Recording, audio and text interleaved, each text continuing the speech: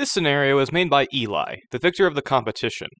I rewrote things to fit it in the video, but everything was made by him. Also, since this scenario was so long, I am only focusing on the Americas, since I found that to be the most interesting.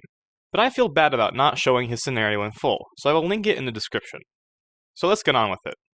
The divergence is in 1801, where Thomas Jefferson is assassinated by a British royalist and replaced by Aaron Burr. The assassination of Jefferson causes a ton of anti-British sentiment, and Burr, wanting to appease this sentiment, pursues an alliance with France.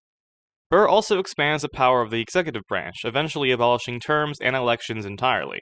Burr and Napoleon squad up, and while Napoleon invades European countries, Burr invades their colonies. Over the course of the Napoleonic Wars, Burr purchases Louisiana, takes the Caribbean and parts of Canada, and invades New Spain all the way to the Pacific. Then Napoleon loses in Russia, and Burr decides that France was a mistake, steals Haiti, and pieces out, keeping all of his new territory. The Spanish colonies in America start fighting for independence alongside Napoleon's invasions of Europe and Burr's invasions of North America. It's essentially the same as our timeline, for the exception of Gran Colombia sticking together. Later on, South America would get into a couple of big conflicts, messing around with the borders and weakening the region. But we'll get back to that. Burr negotiates the final borders of North America and then dies, and is replaced with Andrew Jackson. Jackson starts kicking everyone out west. The Canadian territory disrupts the slave state-free state balance, so the southern half of the West is declared slave states, causing migration from the South out there. Native Americans are kicked out to the plains, and the Mormons follow. This eventually leads to the Mormons converting the natives, and the plains becomes very different from the rest of the US. Andrew Jackson dies, and his son, Andrew Jackson II, Electric Boogaloo, replaces him. He eliminates the legislative and judiciary branches of the government and destroys the Constitution, declaring the American Empire with Jackson as emperor. And, as you would expect, everybody hates this. The Mormons meet with the South, and they decide that they would break free or die trying. So, these two factions rebel. Insert war here, and the rebels win. The South takes all the slave states, including the West. The Mormons take the Great Plains states, and the American Empire keeps the Northeast. The Great Plains becomes Deseret, and is a Mormon theocracy with heavy Native American influence, staying out of most international affairs.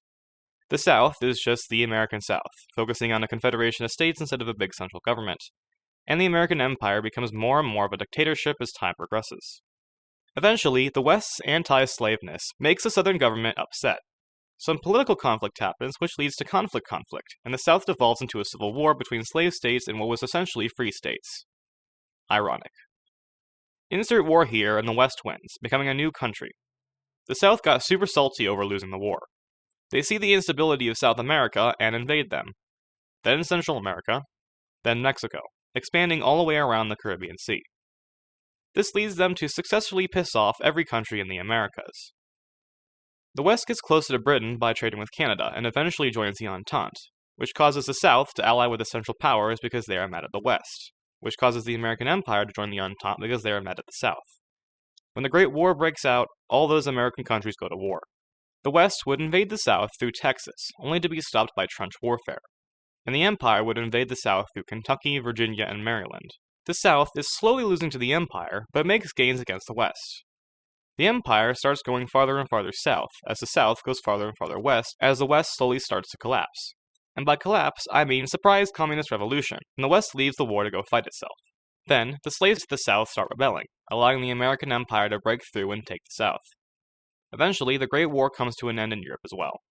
The treaty gave the Empire a small amount of land, but they were too exhausted from the war to be able to take anything else, and rather focuses on controlling the continent politically. Slavery is ended in the South, and Texas becomes an independent nation. They still have their Caribbean and South American states, but they become progressively more difficult to control. The loss of slaves essentially meant the loss of their economy, and the instability leads to Huey Long taking over to restore the nation. The communists win in the West, and they are super bitter over how the war turned out and invades Mexico and the recently independent Texas. The West wants to unite North America under communism. The South wants to restore democracy by force, and the Empire wants to bring order to America under their rule. Everyone wants to destroy everyone else, and they will try.